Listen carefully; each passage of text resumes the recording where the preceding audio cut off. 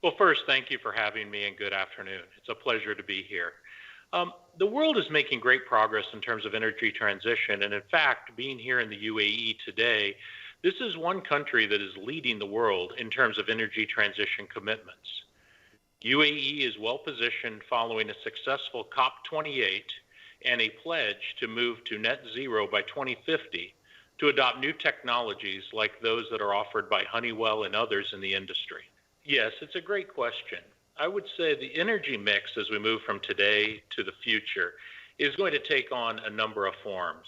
And as we look at ways to improve efficiency of today's energy production, we're looking at new solutions, optimization software, connected facilities and plants, and then continuing to transition towards new forms of energy. This includes everything from renewables and biomass, sustainable aviation fuel, along with technologies for carbon capture and technologies to move towards transition fuels like liquid natural gas.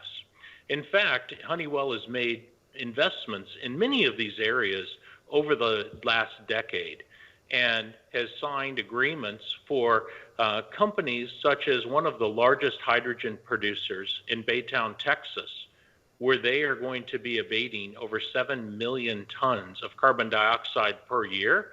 And in fact, this is a facility that recently was announced that ADNOC took a 35% stake in.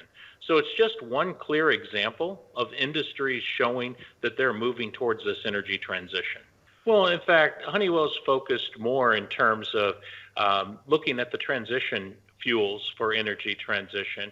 We're looking to optimize current fuels, but we're also looking to transition to fuels like liquid natural gas. And in fact, Honeywell recently made an announcement of an acquisition for Air Products liquid natural gas business, where we're going to be able to help companies scale in using new fuels, liquid natural gas, hydrogen, and other renewables to help with energy transition in the future.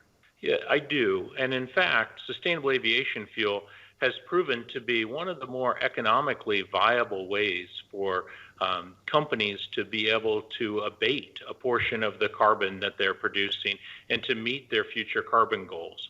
And Honeywell has been involved in this with a number of partnerships and has signed over 50 sustainable aviation fuel licenses to date. So we're seeing great momentum in this space, great traction, and continue to see this move into the future.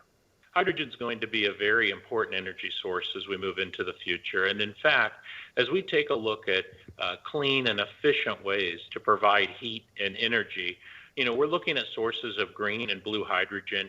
And in addition to just the production of hydrogen, actually moving hydrogen from one location to another is going to be critically important, and utilizing technologies such as innovative hydrogen carriers that are able to do this in an efficient manner using existing infrastructure such as the LOHC technology the Honeywell UOP provides. Well, as I said at the beginning, UAE is well positioned for energy transition. And in my experience, as I've met with customers throughout both the GCC and the UAE, the region is well positioned to transition to a number of sources of energy, from renewables to LNG and to hydrogen. And as I work with customers in the region, I find a willingness to adopt new and innovative technologies, as well as a willingness to bring on new technologies that can improve efficiency of current production techniques. Both are going to be critical as we look at the energy transition going forward. The capabilities are here, the willingness is here, and so it's a great opportunity to move forward with energy transition in the UAE and the GCC region in whole. It's going to be a combination of both. The factor that's going to drive energy transition speed is going to be really a partnership between the public sector and industry technologies. So as those two come together, the public sector is going to drive regulations, and industries are going to come up with new and efficient technologies to make this a more economical solution. It's hard to pick just one. I see it as a partnership between the two that's going to drive acceleration of the technology.